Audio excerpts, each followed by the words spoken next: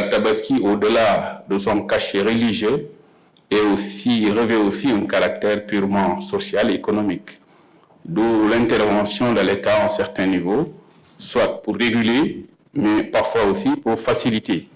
Parce que, comme vous le savez, dans le cadre de l'approvisionnement en mouton, il y avait énormément de contraintes de par le passé. Contraintes au niveau national, mais aussi contraintes vis-à-vis de l'extérieur, surtout vis-à-vis de la Mauritanie. À ce niveau, le Premier ministre, en date du 18 avril passé, a fait un arrêté de facilitation, surtout pour l'approvisionnement de notre marché en mouton.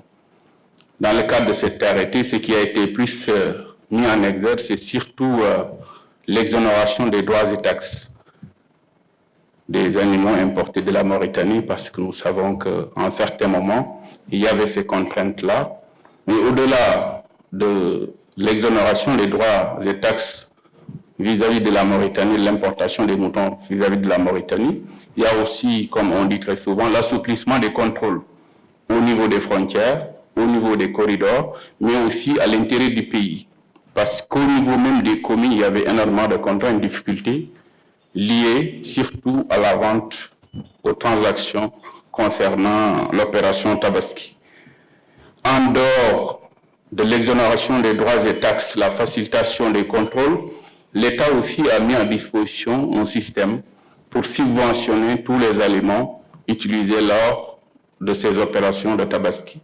C'est-à-dire cette année, par exemple, en 2023, l'État a mis à disposition 2200 tonnes d'aliments de bétail, subventionnés à plus de 50% pour permettre à tous les opérateurs, qu'ils soient sénégalais, qu'ils soient aussi mauritaniens, maliens ou autres, d'accéder à l'aliment de bétail. Ceci juste pour atteindre une cible, qui est la population sénégalaise. Que tout Sénégalais, et quelle que soit ta bourse, que tu puisses accéder à un mouton de Tabaski. Ça, c'est des éléments fondamentaux que je voudrais quand bien même partager avec les uns et les autres. Et dans ce sens aussi, toujours pour la facilitation de l'approvisionnement de notre pays en moutons, j'ai eu l'honneur, sur instruction du Premier ministre, d'effectuer une tournée en République islamique de Mauritanie pour échanger avec les autorités mauritaniennes, mais aussi et surtout pour rassurer la population mauritanienne et particulièrement les opérateurs par rapport aux différentes dispositions prises par l'État du Sénégal.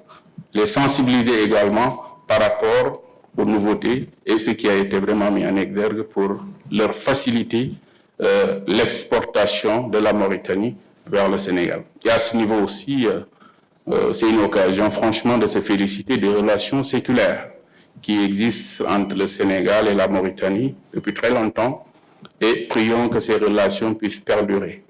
À ce niveau aussi, les opérateurs mauritaniens sont vraiment dans d'excellentes dispositions pour venir au Sénégal et amener énormément de moutons. Mais il va falloir aussi que nous autres Sénégalais, puis de façon individuelle, qu'on ait quand même cette posture, qu'on puisse être accueillant et que le Sénégal puisse encore une fois de plus rester le pays qu'il était, le pays de la teranga et de l'accueil.